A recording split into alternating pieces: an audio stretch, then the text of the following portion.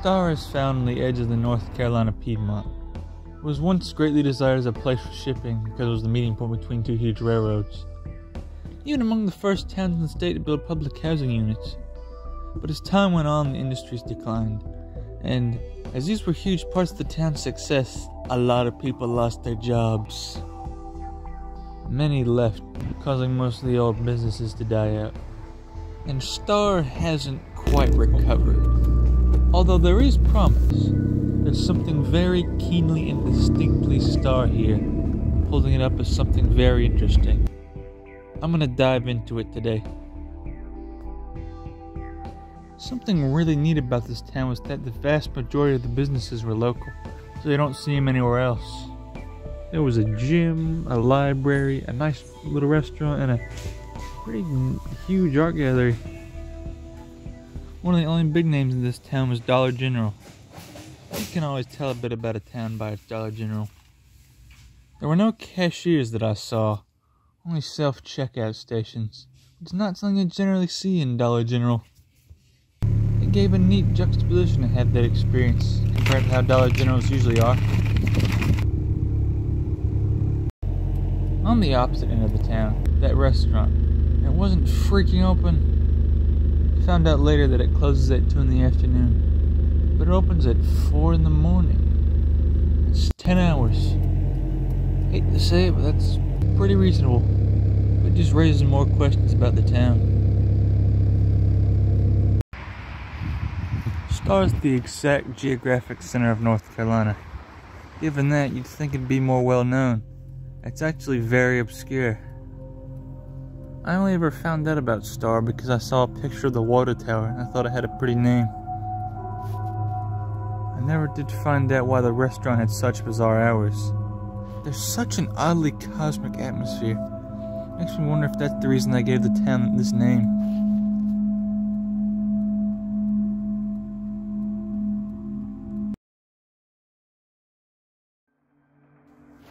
This town was the meeting point between two big railroads, the Aberdeen and Asheboro and the Durham and Charlotte Railroads respectively.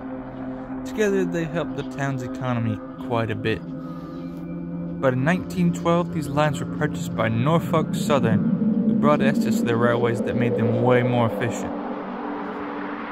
These brought a lot of businesses, and it gave the town a lot of prosperity through the mid-20th century. And in a town which, at the time, had only around 1,000 people, the names on the stone were representing a not insignificant portion of people.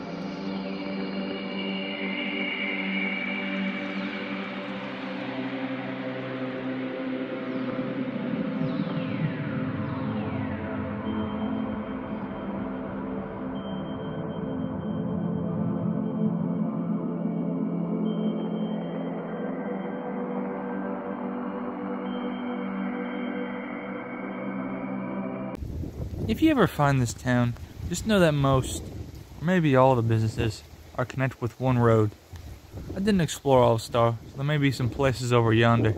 There's some of the places I mentioned earlier, but also little buildings that give Star some uniqueness and whimsy. You could consider this to be the core of Star. Aside from the municipal building, this is the largest building I've seen here. I wasn't entirely certain where I was allowed to be. It looked like this gallery was the only place I could go, but there were lots of nice ceramic pieces. Ceramics, in my opinion, is a really underrated art form. After a pleasant conversation with one of the employees, I was still a little uncertain about where I could go, but I found out that I could at least go upstairs, or up elevators.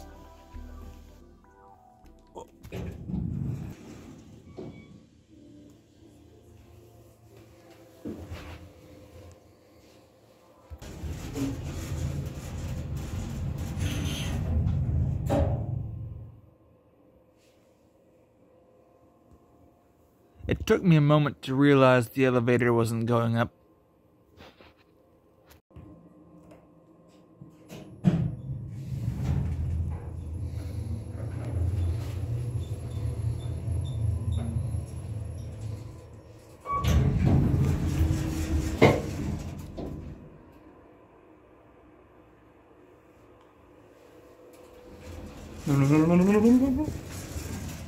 Okay.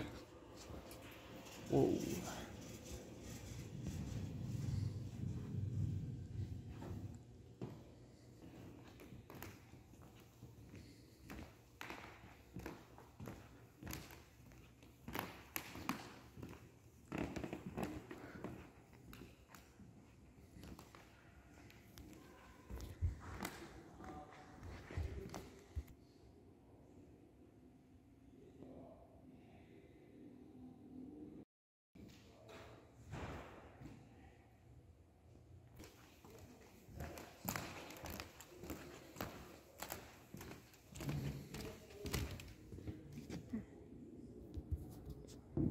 Wasn't that odd?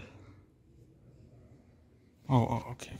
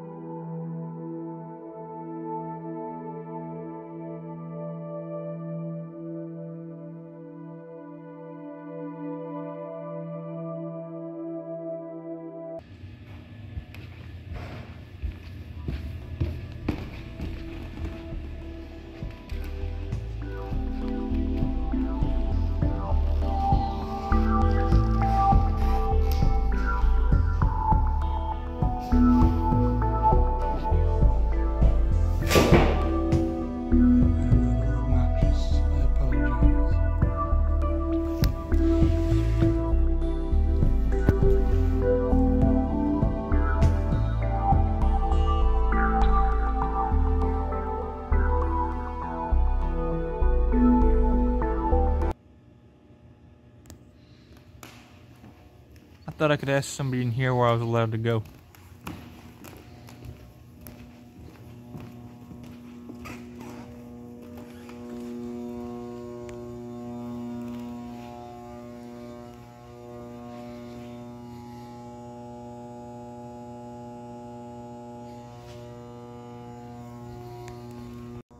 Coffee and beer. You can come here twice a day.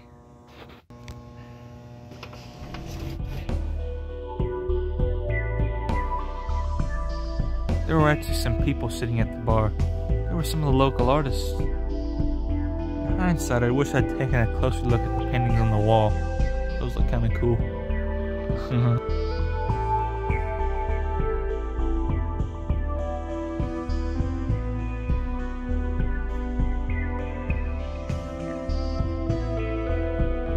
One of the artists, after being asked, of course, was very kind and willing to add a bit of commentary from their local perspective. Alright, now. Star is a really special place. It's a small town, but we have a great community here.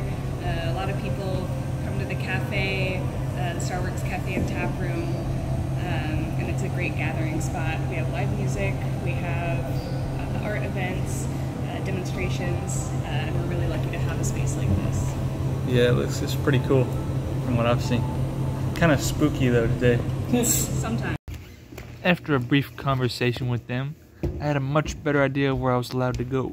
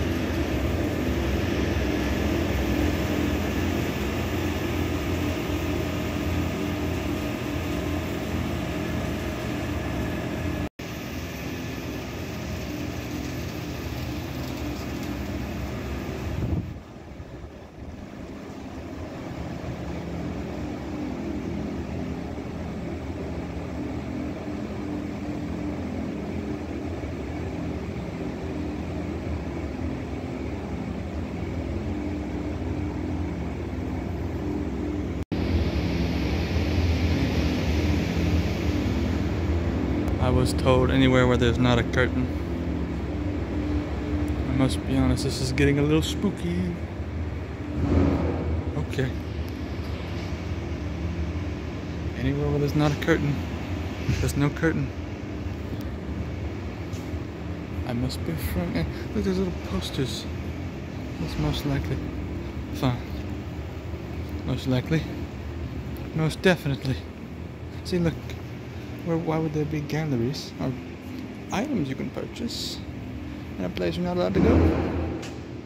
Right? Right? Ooh, whoa.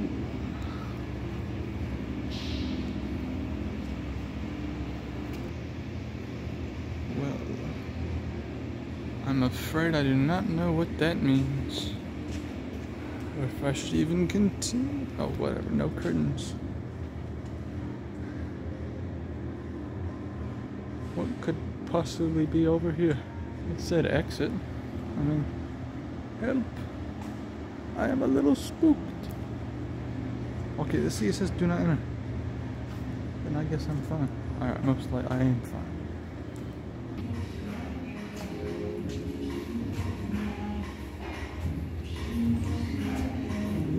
Okay. Alright. As my exploration of Star drew to a close, I realized I'd grown pretty fond of this old place. There was definitely a soul here. When I was walking through the town earlier, I had a memory of me being a little kid, just walking around town, waving to people, trying to be sociable with cashiers, finding crazy weird stuff. This is an environment that fostered that type of exploration. I really wouldn't say this town is dying. It's not the textile powerhouse it once was, but I have a little theory that the art in this town might be a big part of its future.